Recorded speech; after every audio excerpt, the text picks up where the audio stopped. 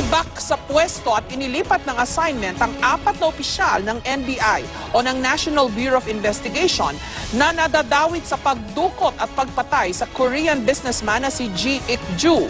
Tingin naman ng isang kongresista na dating pulis, hindi lang basta tokhang for ransom di manong nangyari kay Ji. May report si Emil Sumangil.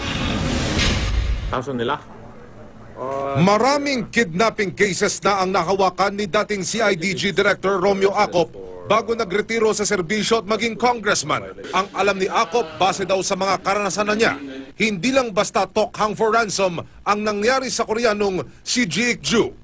Kung kikidnap ka ng isang tao at ransom ang dahilan, bakit mo pinatay ka agad? On the same day that you got him. Pagkakuha, inikot sa Quezon City, dinala sa Camp Crame, and right there and then pinatay.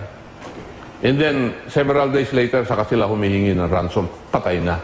And you know, sa kidnap for ransom, yun ang buhay mo, proof of life. Mungkahi ni Acop sa mga nag-iimbestiga, i-background check pa ng malaliman ang Koreanong biktimang si Ji. Bukod sa mga pulis, tingnan din anya ang involvement ng NBI officials di lamang sa krimen, kundi pati sa online gambling sa Clark, Pampanga. May natanggap daw na impormasyon ng kongresista sa anggulong ito at hindi raw talaga ransom ang dahilan ng pagdukot at pagbatay kay Ji. The Korean was involved in manpower services from my information. Okay. And lahat ito, from my information, merong violation sa ating mga batas yan. Okay. So, I think some law enforcers took advantage of this. Ang isa sa mga suspect na si Superintendent Rafael Dumlao ang nagsabi na may mga kasabwat daw ng mga taga-NBI. Base sa kwento sa kanya ng isa pang suspect na si SPO3, Ricky Santa Isabel. Kapwa itinanggi ni na Dumlao at Santa Isabel na may kinalaman sila sa kaso. Itinanggi rin ni NBI Director Dante Giran na may sangkot na taga-NBI. Ang nadawit na Jerry Omlang na umamin ding kasama ng dukutin si Ji ay striker o utusan lang daw sa NBI at hindi empleyadong siniswelduhan. Pero kanina, 4 na NBI official ang tinanggal sa pwesto at inilipat sa ibang assignment kaugnay ng kaso ni Ji. Ang NBI NCR Chief na si Ricardo Diaz binalik sa Regional Operations Service. Ang head agent na si Darwin Lissing na humarap sa press con noong isang araw kasama ni Omlang inilipat sa Bicol. Si Attorney Roel Bolivar na head ng Task Force versus Anti-Illegal Drugs inilipat sa NBI clearance. Si Attorney Jonathan Galicia naman na deputy ni Bolivar ang papalit sa lugar niya. Si Attorney Jose Yap tinanggal bilang Deputy Director for Investigative Services. Pero ayon sa hepe ng anti-kidnapping group, marami pa raw sangkot. Base sa sinabi sa kanya ni Rafael Dumlao. Mga alias pa rin yung iba, pero meron na kaming mga effort. Pero yung mga additional, kung i-base natin, kung ano pa yung anong pruweba ang ibibigay sa atin ni Superintendent Rafael Dumlao sa statement niya, ay siguro meron kung he could. Dahil sa pangyayaring ito, naghain ng resolusyon sa Kamara si Acop para mag-imbestiga kung may breakdown of discipline sa PNP organization at para masiyasat ang recruitment at training sa PNP. Wala na rin daw tiwala si Pangulong Duterte sa National Bureau of Investigation. Pinagbawalan na rin niya ang NBI na pangunahan ang mga operasyon kontra droga. Kasabay ng mga pahayag na yan, may mga birada muli ang Pangulo sa simbahang Katolika. At yan po ang tinutukan ni Cedric Castillo. Bukod sa PNP, pinagbawalan na rin ng Pangulo ang NBI na magsagawa ng drug operations. Ito ay matapos masangkot ang ilang pulis at tauhan ng NBI sa pagkidnap at pagpatay sa Koreanong si Ji Ik-ju. And I want to add, even the NBI, the Bureau is suspended from enforcing drug laws. Sali kayo. Kasi nawalaan na akong tiwala sa inyo. Nawala man daw ang tiwala ng Pangulo sa PNP pero hindi sa kaibigang si General Bato de la Rosa. Ang Philippine Drug Enforcement Agency o PIDEA na ang inatasan ng Pangulo na magpatuloy ng war on drugs na tutulungan ng Armed Forces of the Philippines. I still have to write whether it's a proclamation, executive order, and raise the issue of drugs as a national security threat. Guest of honor si Pangulong Duterte sa convention ng Philippine Association of Water Districts na ginanap sa Davao City. Nabanggit niya sa talumpati ang pagbawi ng Communist Party of the Philippines sa unilateral ceasefire dahil ayaw daw pakawalan ng gobyerno ang 400 political prisoners. My God, that is already releasing all. Military might not like it.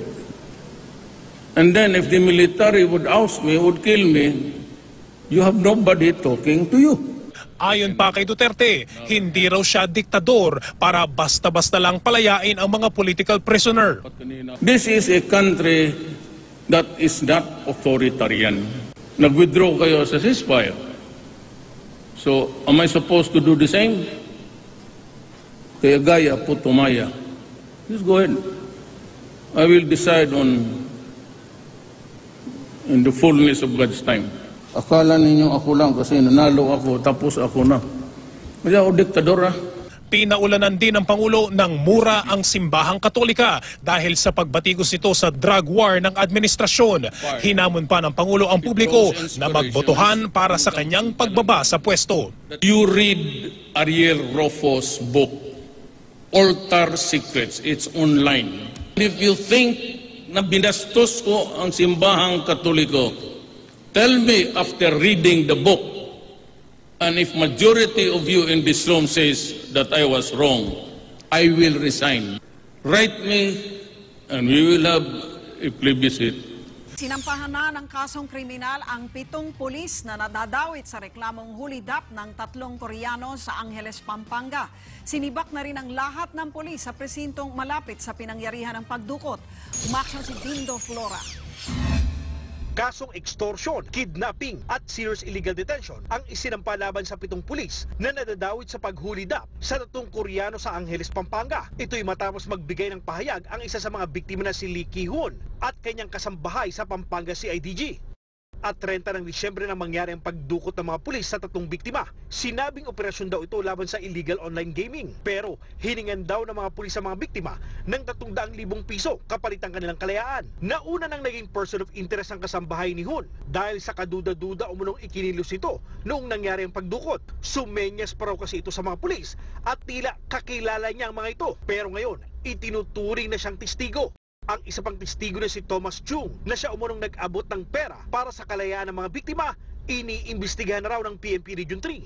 Sa parehong lugar din nadukot ang pinaslang na Koreanong si Ji Ik-chu. Kaya naman nauna ng sinibak sa pwesto ang City Director ng Angeles, Pampanga na si Police Senior Superintendent Sidney Villaflor. Ngayong araw, inalis na rin sa pwesto ang lahat ng miyembro ng Station 5 sa Angeles. So I guess it's high time na i-relieve ko ito muna at palitan ko muna ng bagong pulis.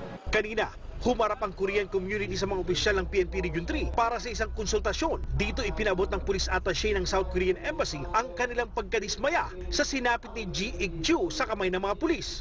Korean government as well as the Korean nationals extremely shocked the fact that the criminal heinous crime was committed. Police officer inside police headquarters. This is going to be the very, very indescribable, heinous, vicious. We'll demand speedy investigation and thoroughly for those involved would be brought to justice. Gayunpaman, aminado silang may mga Koreano ring nakikipagsabwatan sa mga otoridad sa illegal na gawain, gaya ng pagbibigay ng ID ng mga law enforcement agency. Some, just a few Koreans, they have PNP or NDI or Highway Patrol ID with their English name, not real Korean name.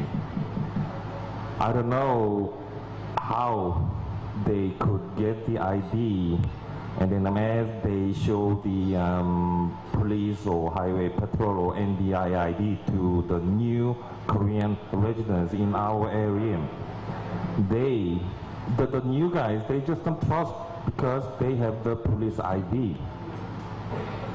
And then I think most of them who has the PNP or Highway Patrol ID, they are not that good guys. They can use it in the wrong way or in bad way. Siniguro naman ng PNP Region 3 na gumagawa sila ng paraan para madisiplina ang kanilang mga tauhan. Binalaan pa ng direktor ng rehiyon ang kanilang mga commanders. I will be holding you accountable, gentlemen. If there will be another incident, a crime being committed to Koreans wherein the involved persons are policemen, you will be in Mindanao. I'll tell you. Your next assignment will be in Mindanao.